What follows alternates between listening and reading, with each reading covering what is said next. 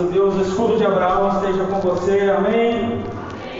Amém. E esse Deus que também nos fez filhos de Abraão pela circuncisão do nosso coração, fique à vontade, tome o seu lugar, me dê alguns minutos da sua atenção, tem algumas coisas do reino de Deus para a gente poder compartilhar aqui essa noite. Eu quero da série aí, Ativando o Reino de Deus.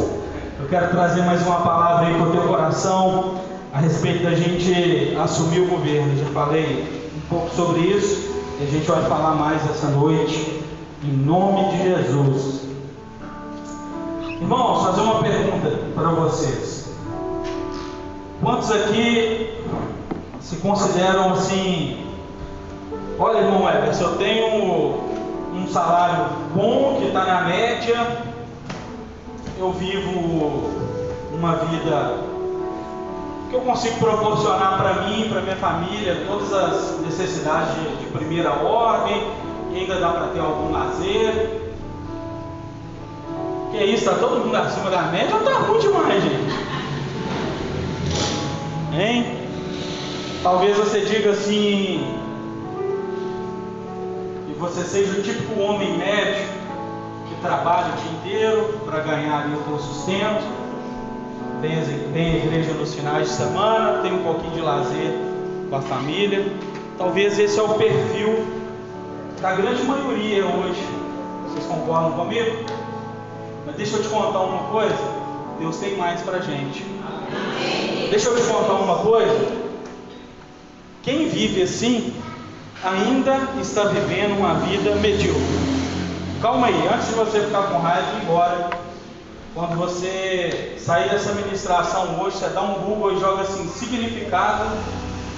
significado de medíocre, dicionário. Vai aparecer o primeiro significado substantivo: está na média, mediano, relativo a homem médio. E hoje eu quero te convidar a gente fazer uma imersão para entender o que Deus tem de propósito em nossas vidas, para que a gente vá além da média. Isso é uma pregação sobre prosperidade, Everson? Sim.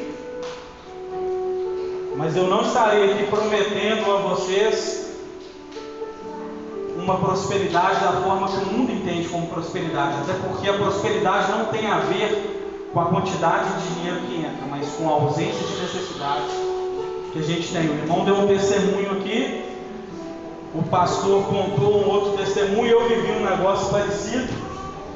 Vim para a igreja, Bíblia, carteira e celular em cima do carro. Era uma festa, a gente estava trazendo comida, subi um morro, saindo da minha casa para cá, eu subo um morro, passei uma rotatória, passei em frente de 2 policiais, mas eu estou lá na vez, os policiais me seguem.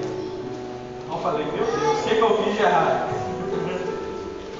Encostei, aí eles apontando assim para mim, eu dei certo e fiz o que para ele? Eu freei e fez assim, a Bíblia, esse negócio passou por cima do carro, não caiu assim, nada estragou. Aí quando nós vimos você passar esse negócio em cima do carro. Então Deus realmente cuida da gente, e essa é uma das evidências de ausência de necessidade, que significa prosperidade. Mas eu quero te dizer, quero te dar uma boa notícia: Deus não te chamou apenas para viver uma vida média, Ele te chamou para te viver uma vida extraordinária. Ele te chamou para viver uma vida que vai marcar a tua história, a história dos teus descendentes nessa terra. Não é para menos do que isso que Deus nos chamou, porque Ele nos chamou para viver conforme a realidade do reino. E quando o reino estiver estabelecido, nós seremos reis e sacerdotes. A parte dos sacerdotes talvez a gente entenda até bem melhor, mas hoje eu quero ativar em você essa outra vertente do reino, que é a vertente do rei.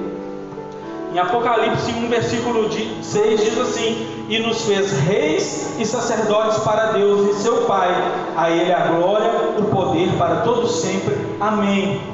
Esse versículo nos mostra quando nós estivermos vivendo a plenitude do reino, depois de Jesus estabelecer o reinado milenar, depois dele restaurar toda a terra, a gente participar de todo esse processo, nós estaremos vivendo como reis e sacerdotes. Porém, se a gente não começar a ativar essa realidade hoje, o que te garante, meu irmão e minha irmã, que a gente vai viver essa realidade futura? É como uma vaga de emprego. Se você não se qualificou para ela, você, suponhamos que é um bom pedreiro. O pedreiro, geralmente, ele começou ali fazendo serviço de ajudante. Ele não pode, de uma vez, falar assim: agora eu vou me candidatar à vaga de pedreiro. Eu sou pedreiro aqui dessa obra, eu sou mestre de obras. Ele se capacitou, e no reino não é diferente. A gente tem que começar a ativar essas realidades do reino, para a gente poder reassumir o governo da nossa vida. O padrão do reino de Deus, ele é o padrão de Adão, como eu já disse aqui. E o que Deus deu de missão para Adão? Governar sobre a terra, gerenciar a terra. E aí eu te faço algumas perguntas. Como está o governo da sua vida? Sua vida é uma vida que você governa? Ou sua vida é uma vida desgovernada? Como está a gestão do tempo da sua vida? Como está a gestão dos seus relacionamentos? Como está a tua gestão financeira? Não precisa me responder, mas começa a pensar isso. Deus, ele nos elegeu nele para a gente viver uma vida governada e não desgovernada. Entenda que ter o governo da própria vida passa por entendimento de quem nós somos em Deus e de como nós planejamos e executamos a nossa história. E eu dou o exemplo para vocês dos espias. Lembra da história dos espias? Eles entraram para espiar a terra e voltaram para prestar um relatório a Moisés. Desses 2 espias, dos 12 espias, apenas 2 voltaram com boas notícias. Os outros 10 viraram para Moisés e falaram assim: Moisés, aqueles homens são gigantes.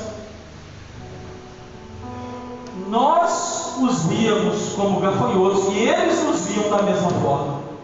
Espera aí, eles estavam ali escondidos. Tão pouco aqueles homens da terra de Canaã viram eles. Só que a forma com que eles se enxergavam ativou neles que aqueles homens viam eles como gafanhotos, de tão grandes que eram esses homens.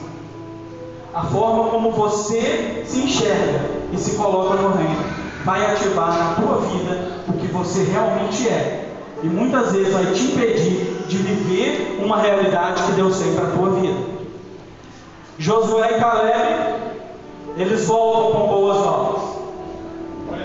Eles esquecem o tamanho dos homens. Eles falam assim: dá para tomar a terra. Tem cacho de uva que gasta 2 marmanjos para carregar. Agora imagina se os outros espíritos sabem que os caras eram grandes. Imagina o tamanho do cacho de uva. Se os homens eram homens maior que os homens. Está fora do padrão. Agora imagina o tamanho do cacho de uva. Tinha que atravessar uma madeira daqui lá, jogar o cacho de uva e ir 2 carregando. Eles não estavam nem aí para o tamanho dos caras. Estava preocupado com aquilo que Deus tinha para eles, e eles se enxergavam dentro da realidade do reino. Amém? Amém, glória a Deus, obrigado pelo seu amém tão evangélico. A Bíblia diz que você e eu fomos chamados para nos assentar entre os príncipes da terra. Salmo 113, não precisa abrir, eu preciso ser dinâmico, porque eu tenho muita coisa para falar com vocês hoje. Versículo de 5 a 9 diz assim: quem é como o Senhor nosso Deus, que habita nas alturas, o qual se inclina para ver o que está nos céus e na terra? Levanta o pobre do pó e do monturo, levanta o necessitado, para fazer assentar com os príncipes, mesmo com os príncipes do seu povo.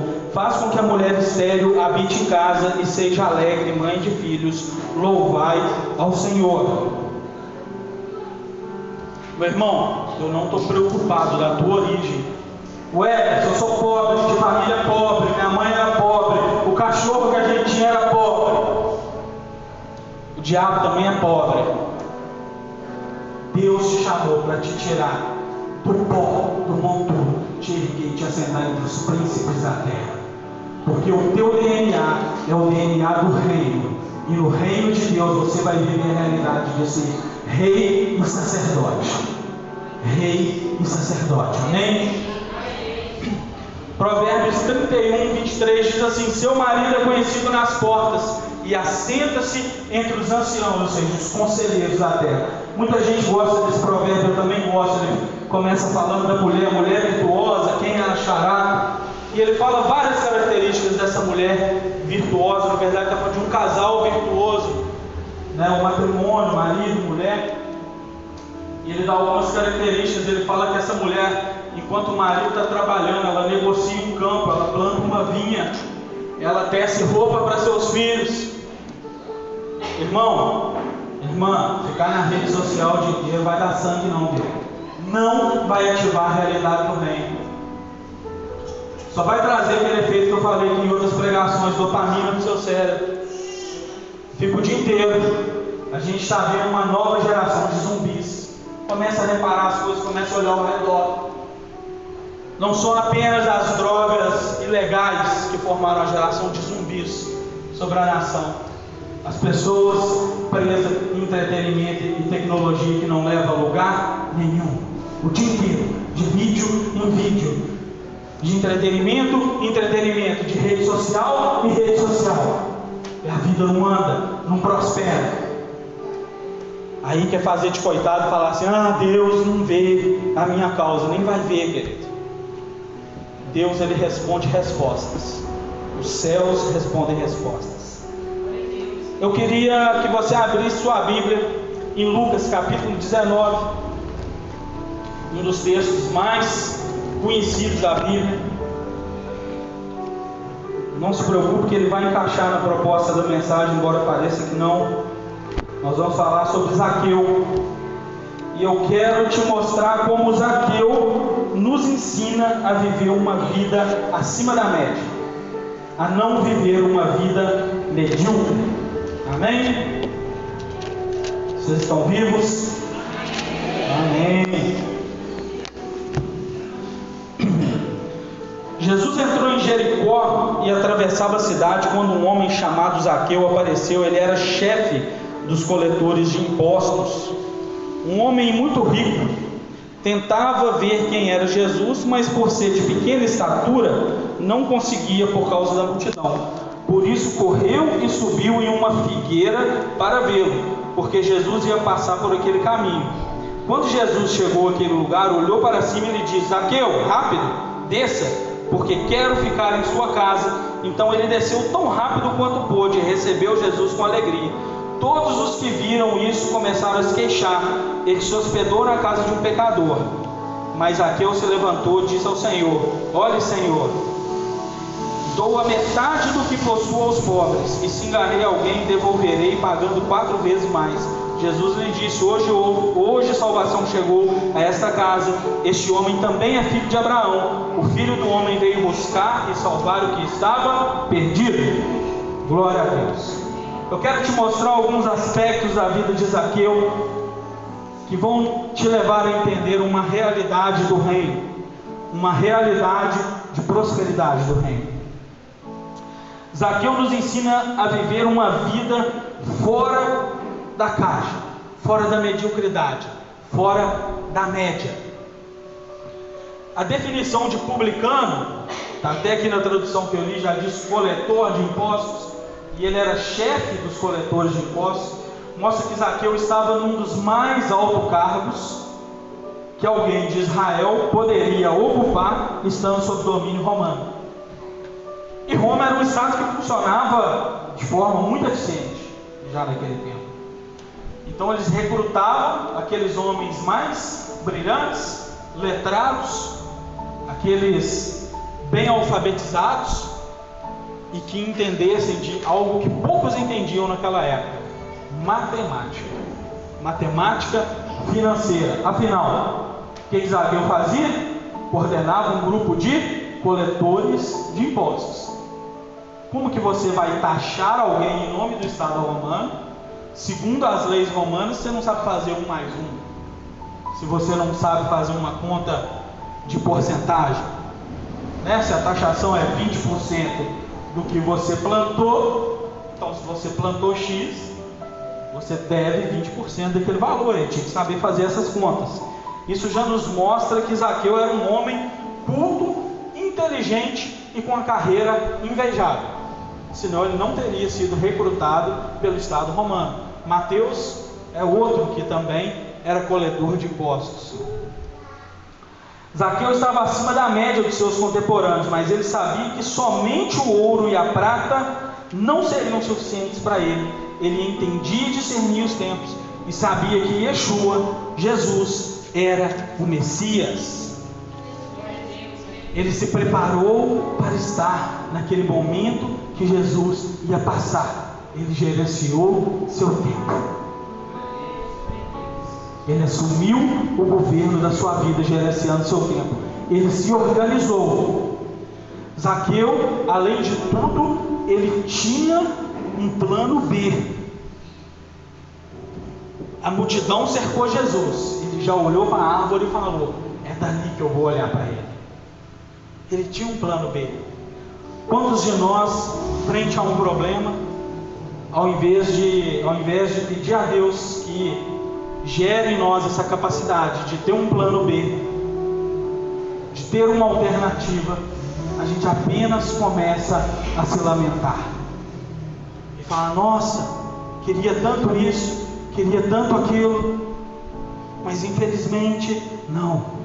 Zaqueu, ele escalou uma figueira, e algumas tradições vão dizer uma figueira brava, uma árvore de origem egípcia, que ela tem, quando na fase adulta, entre 25 e 40 metros. Fala que esse cidadão era um cara baixinho. Pensa por um alto, já é difícil escalar uma árvore. Irmão Marcelo, ele vai ter uns 2 metros de altura. Então 25, olha lá, o filho dele mais alto. Se for escalar aqui, a cada subida, que ele dá 2 metros de deslocamento. Agora o cidadão com 1,20 m, um bom 1,5 m, ele vai demorar um pouco mais. Ele rompeu 2 barreiras, irmãos, que a gente precisa romper para também viver a realidade do reino. Ele rompeu a barreira da preguiça e ele rompeu a barreira da murmuração. Eu me pergunto muito quando eu vejo hoje tantas pessoas ainda seguindo uma filosofia de socialismo, comunismo, coisas que, embora sejam do governo do mundo, também refletem parte do caráter das pessoas. E eu fico pensando, poxa, como as pessoas ainda caem nesse tipo de armadilha? Gente de dentro da casa, gente crente.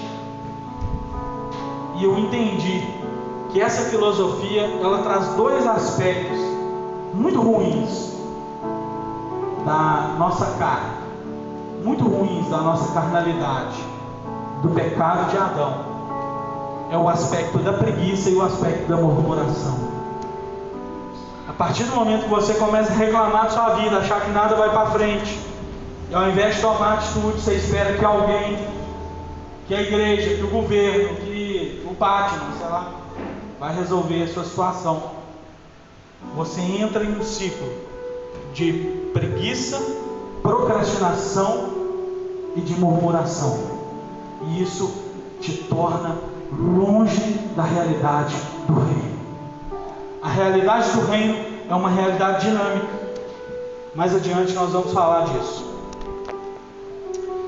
Zaqueu, voluntariamente, pelo contato com Jesus, ele vira para Jesus e fala assim: olha, metade dos meus bens eu estou doando hoje aos pobres. E se eu roubei alguém, se eu fraudei alguém, se eu cometi algum erro no exercício da minha profissão, eu vou restituir. Quantas vezes? Foi 4, né? 4 vezes mais. Obrigado. 4 vezes mais. Isso me mostra 2 coisas. Primeiro, ele não era desonesto. Ele não seria doido de falar 4 vezes mais, já deu metade, eu falo, pronto, acabou. Ele deu tudo. Muita gente afirma, Zaqueu era desonesto. Não, a palavra não diz isso. Ele falou assim: se alguém provar que eu defraudei, eu vou devolver 4 vezes mais. E ele dá metade dos bens dele, o que mostra que, embora ele fosse um homem acima da média, quem governa a vida dele não é dinheiro.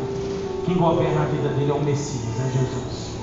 E esse é o nosso chamado, querido. Deus quer abençoar você, Deus quer abençoar a sua casa, Deus quer prosperar a sua casa.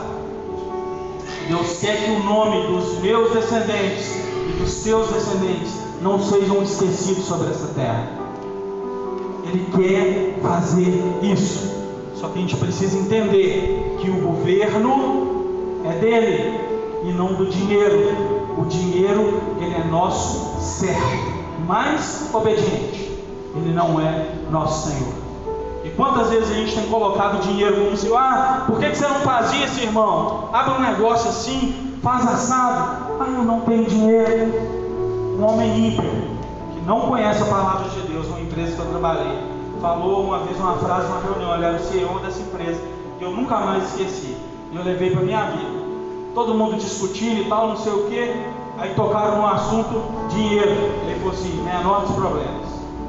Dinheiro é o problema mais fácil de resolver. Eu falei: não, estou falando de um projeto de milhões de reais. Ele falou: não, pois bem, o que importa são as ideias. No campo das ideias a gente não paga, aí a gente começa a executar. Se a ideia for boa, a gente atrai investidores, a gente pega dinheiro no banco, a gente chama mais gente para entrar com a gente no negócio. Mas o que importa é as ideias. E muitas vezes nós limitamos até isso, até o agir de Deus. Que a gente fala: eu não tenho dinheiro, cabeção. Começa a fazer um negócio, começa a fazer acontecer. Para de procrastinar, sai desse inferno, dessa rede social. Vai viver a vida, vai orar, vai jejuar, vai viver o reino, vai viver integralmente o reino, vai ser produtivo. Para de viver essa vida improdutiva, em nome de Jesus. O que mais me impressiona, irmãos, na história de Zaqueu é a parábola que Jesus conta. Logo após esse texto que eu li, depois você pode ler com calma na sua casa. Mas fala que as pessoas começaram a indagar Jesus, os religiosos, os próprios discípulos, talvez. Fala assim: nossa, Alan, vai ficar comendo agora na casa de publicano? Por quê? Eu vou te explicar. Esse publicano também era um judeu, era um israelita. Só que ele trabalhava para aquele estado que estava dominando Israel. Então ele se tornava no meio dos seus irmãos como um traidor. Mas peraí, ele estava fazendo um trabalho como outro qualquer. A circunstância o levava a estar trabalhando para o estado romano. E aí eu vejo nas nossas vidas, quantas vezes você viu inveja dentro da sua própria família? Quando você começa a realizar algo, começa a prosperar, e os outros começam a falar: lá, esse daí, lá. Sabe? Eu sei o que é isso, irmãos. Eu compartilho da sua dor, irmã. Pode ter certeza, eu compartilho da tua dor. Eu compartilho da dor de vocês. Zaqueu, ele estava na mesma situação. E aí Jesus, ele conta uma parábola, que ele chama 3 servos, e ele fala com esses servos: olha, eu vou a tal lugar, e ele dá uma quantidade de dinheiro para cada servo, e fala que esses servos não queriam mais seguir esse Senhor. Um desses servos pegou essa quantidade de dinheiro que ele deu, que era o dinheiro de uma diária de trabalho, aplicou. Quando ele voltou e perguntou a esse servo, e esse servo multiplicou o dinheiro. E ele fala: servo bom, servo justo, você multiplicou o que eu te dei. Ele foi o quê? Produtivo. Ser produtivo causa inveja. O outro servo, os outros servos nada fizeram, um enterrou o dinheiro. Aí ele fala: você é um servo injusto, infiel. Mas eu fiquei com... Se você tivesse pelo menos aplicado no banco, eu teria recebido os juros. E aí Jesus começa a mostrar para aqueles homens que ele não está falando de dinheiro, ele está falando de uma realidade do reino. O reino de Deus é dinâmico, ele se move. Você tem que se mover no reino, entender a tua realidade como rei e como sacerdote, como cidadão desse reino que está sendo estabelecido. Amém? Hoje é noite de mudança, irmãos. Hoje é noite de desapegar de coisas velhas. É noite de arrependimento, é noite de assumir o governo, é noite de oportunidade para se desgarrar do entendimento maligno. Hoje é noite de deixar de mimimi e tomar atitudes. Hoje é noite de assumir o governo da tua vida. Tem muita gente aqui essa noite que de repente está vivendo uma situação que você precisa começar a se desapegar de pessoas. Deus te chamou para amar pessoas, Ele não te chamou para conviver com todas elas. Jesus, quando Ele é interpelado pela família dele, mães e irmãos, que eles vão avisá-lo, Ele fala assim: Senhor, a sua família está te chamando lá fora. Ele falou assim: quem é minha família? Minha família são aqueles que me seguem. Entenda, eu não estou te dizendo que você deve causar uma divisão na tua casa, nos teus laços próximos. Mas se Jesus ele fala que se teu olho te faz pecar, arranca ele. Que é melhor você entrar cego de um olho no reino do que não entrar. Isso também se aplica a pessoas. Deus nos chamou para amar as pessoas e pregar o reino.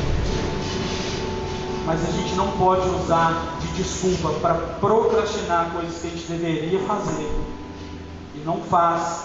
E fala assim: ah, mas é porque fulano, mas é... Está errado. Está errado. Deus chamou para ser produtivo no reino, irmão. Os homens medianos, eles estão fadados a terem seus nomes apagados da história e o nome da sua descendência. Hoje o convite do Senhor a você é: sai da multidão, sai da média, sai do senso comum, pare de ser um homem médio, guiado por aquilo que você vê na mídia, por aquilo que você ouve nos jornais, por aquilo que te dizem, e comece a se guiar pela realidade do reino. Comece a organizar a tua vida, irmão. Comece a ser produtivo naquilo que você faz. Comece a buscar excelência naquilo que você faz. E começa principalmente a aplicar as premissas do reino: justiça, amor, mansidão, domínio próprio. Se a gente não dominar a própria carne, infelizmente tem homens e mulheres que não conseguem dominar a própria genitália. Desculpa, mas é a verdade. Não consegue dominar a própria mente carnal. Que realidade você está vivendo? Não é do reino. Quando Jesus vier estabelecer o reino, se você estiver vivendo essa realidade, você não entra no reino. Entenda. Desculpa, mas é a verdade. É melhor ouvir uma verdade dura do que uma mentira doce. A verdade dura muda a tua vida. Jesus ele virou para Pedro e falou: Satanás! Judas ele chamou de amigo. Um beijo me traz. Obviamente ele estava preocupado em estar perdendo o amigo. Mas entenda que aquela palavra Satanás, ela mudou a vida de Pedro. Ela levou ele a arrependimento. Eu citei no último estudo aqui que existe uma frase atribuída a Isaac Newton.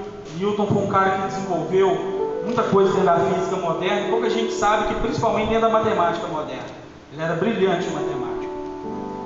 E tem um registro de uma carta que ele manda para dois estudiosos que antecederam ele. E ele enaltece esses dois homens. E ele fala assim: se eu enxerguei além dos outros, é porque eu estava sobre os ombros de gigantes. Quantos de nós hoje, irmãos, estamos escolhendo andar sobre ombros de anões espirituais, anões intelectuais? Zaqueu, embora tivesse baixa estatura, ele logrou um lugar alto, ele logrou um lugar de destaque para ver o Messias. Quantos de nós, irmãos, quantos de nós estamos nos espelhando em pessoas que não têm altitude espiritual, poluindo nossa mente com informação que nem informação, não vai nos levar a lugar nenhum. Quanta gente fala: nossa, eu vou ler a Bíblia, dá um sono. Mas para ficar em outras coisas não tem sono. Eu sei que é difícil vir aqui no estudo de segunda-feira. Segunda-feira é um dia ardido. Eu sei que nem para todo mundo dá para ver. Mas quantos de nós não tem feito um esforço para colocar isso na nossa agenda? Para mim é um esforço tremendo, preparar estudo e vir de segunda. Mas quantos de nós tem procrastinado a vir aprender por causa das coisas do dia a dia? Aí chega em casa, não vai fazer nada de útil também. Vai rodar tela de celular, ouvindo gente que não tem nada a agregar para o reino, nada a agregar para mim e para a sua vida. Se você analisar o bem mais precioso que você tem em vida, é o seu tempo, querido. É com ele que você vai determinar a realidade que você vai viver no reino, não o desperdício. Amém? Hoje eu quero te convidar para sair da média. Deus está levantando, irmãos, uma multidão de homens fora da média, acima da média, fora da curva. Moisés, ele não ficou no meio da multidão. Davi, o rei, o camarada que era rei, que tinha um exército, ele não foi lá enfrentar Golias. E deixa eu te contar, não era só Golias. Depois você relê o texto que você vai ver que tinha outros gigantes com Golias.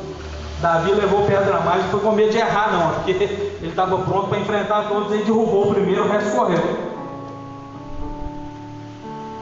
Davi, ele saiu da multidão. Ele falou: o quê? Esse incircunciso vai afrontar o exército do Deus vivo?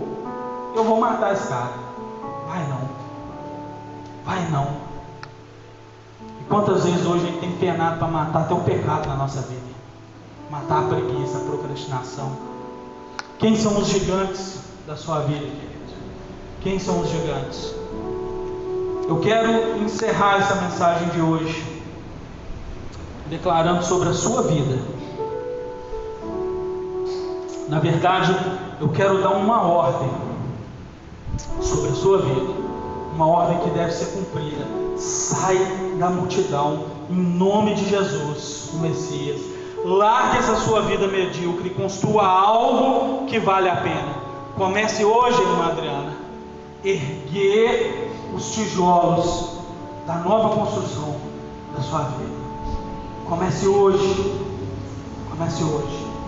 Você já viu a diferença de quando você ergue uma construção com um projeto e quando você ergue uma construção sem um projeto?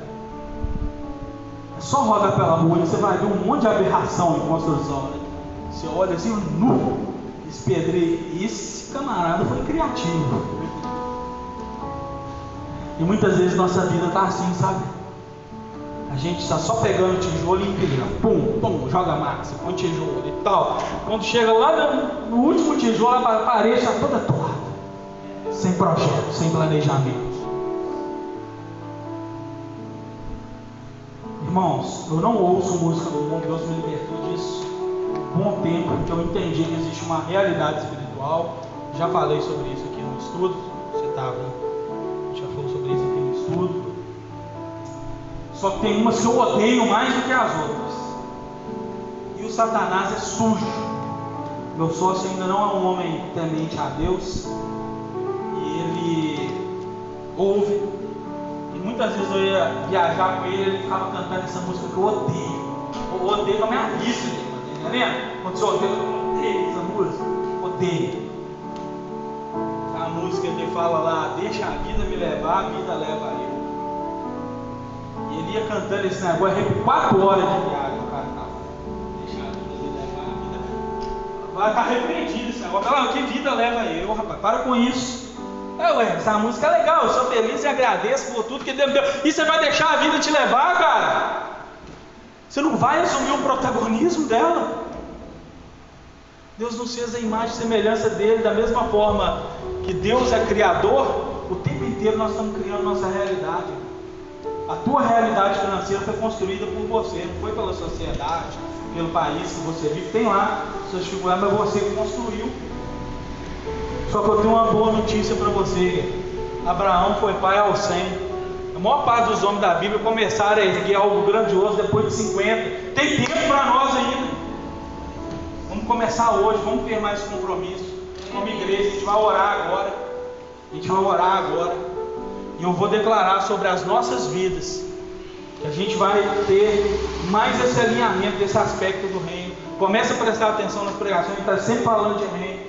Cada vez eu estou trazendo um aspecto, esse é mais um aspecto do reino. A gente já abordou bastante a questão do sacerdócio, da gente ser sacerdote para as nações, para as pessoas, para o mundo perdido. Mas hoje eu estou trazendo um aspecto de rei. Eu quero que você saia daqui hoje vivendo esse aspecto sobre a sua vida.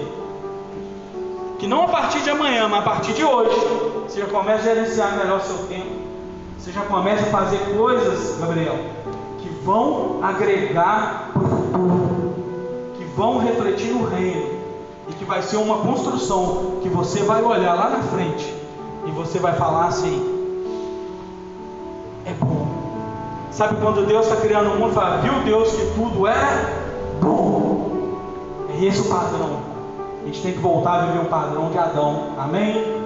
Em nome de Jesus, saia dessa vida desgovernada, assuma o governo, assuma o controle, saia da essa porcaria aí, mediocridade. Tão ruim que até é difícil de falar. E vem viver uma vida espetacular, fora da média e acima da curva. Amém? Fique sobre seus pés.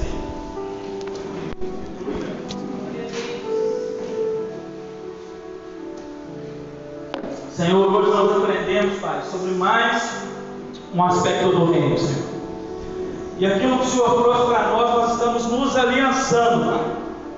E nós estamos nos comprometendo em viver mais essa realidade do reino, Pai. Nós estamos fazendo um compromisso contigo, Senhor. E nós te pedimos que nos ajude, Pai. Nós não queremos mais ter uma atitude retórica, Pai, com o Senhor. Nós não queremos ficar lambendo nossas próprias feridas, Pai. Mas a gente sai daqui hoje, o que a gente tem que fazer, a gente vai fazer. O que a gente tem que realizar, a gente vai realizar, Senhor. Nós saímos daqui com compromisso, Pai. E eu peço, Senhor, em nome de Jesus, Pai, se tem algo que está impedindo teus filhos de prosperar na vida, de andar, arranca isso da vida deles, Senhor, em nome de Jesus. Se é o celular, queima o celular, Pai, em nome de Jesus. Se é entretenimento, tira eles desse entretenimento barato, queima a TV, eu não sei, Pai, o que é. Se são pessoas, Pai, invejosas, pessoas rixosas, pessoas que causam divisão, tira ela da vida dos seus filhos, Senhor. Trata com ela. O Senhor nos chamou para nos amar, para nós amarmos o mundo perdido.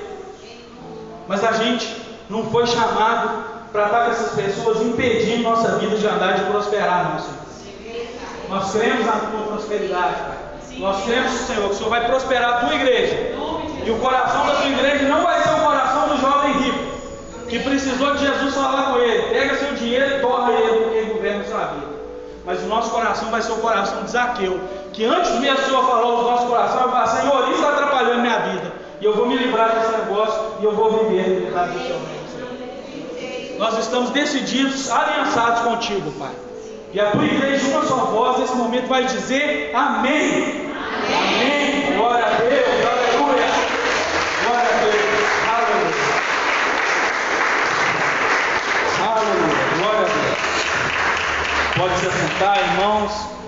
Eu agradeço mais uma vez a oportunidade. Estava com saudade de falar a vocês. Orem por mim, orem por minha família, orem por minha casa. Amanhã, excepcionalmente, a gente não vai ter o estudo bíblico, porque eu estou viajando essa madrugada, eu trabalho, devo ficar uma semana fora. Mas na próxima segunda a gente retoma, em nome de Jesus. Amém? Amém. Cadê o pastor? Ele foi arrebatado. Está lá em cima. Não, pode deixar a gente dar sequência. Às vezes ele está... Vai apresentar? Ah, então pode chamar, faz favor. Amém, glória a Deus. Enquanto o pastor retoma, vamos recolher as ofertas. Amém? Que o Senhor, você possa separar aí a tua oferta, o teu dízimo melhor do teu coração. Falar de oferta é muito bom, irmãos, para mim. Falar de oferta é muito bom para mim, irmãos, porque Deus fez grandes transformações na área. Sabe o que falou? Ah, beleza, está escondido aqui. Quando eu entendi que dízimo, embora não fosse obrigatório, era um princípio, e quando eu cumpro, Deus me prospera. Simples assim. do que a gente falou agora. Se você pegar Zaqueu, a diferença dele para o jovem rico é que Deus ele conhece o coração daquele jovem rico e fala assim: pega seus bens, dá aos pobres e me segue. Saiu triste, porque ele sabia que se ele entregasse os bens dele na mão dos pobres ia ser porrada, ia ser aniquilado. Porque quando a cabeça da gente é pobre, a gente não prospera o dinheiro que a gente tem.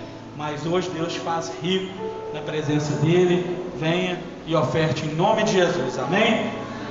Glória a Deus. Não vou cantar, senão vocês vão desistir e ir embora. Pode vir e ofertar na casa de Deus.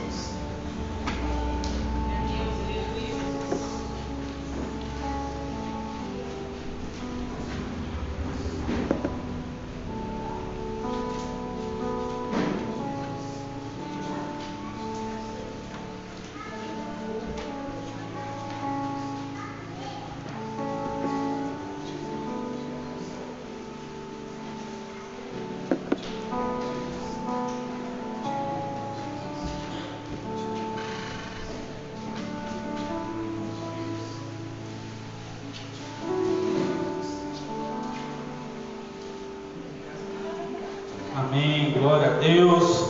Pastor Carlos voltou do arrebatamento com as crianças. Achei que tinha sido arrebatado junto com as crianças. Pastor, ora pelos oportunidades para nós e a palavra do você. Obrigado. Fala, Deus é bom para a minha igreja. Quem recebeu a palavra nessa noite?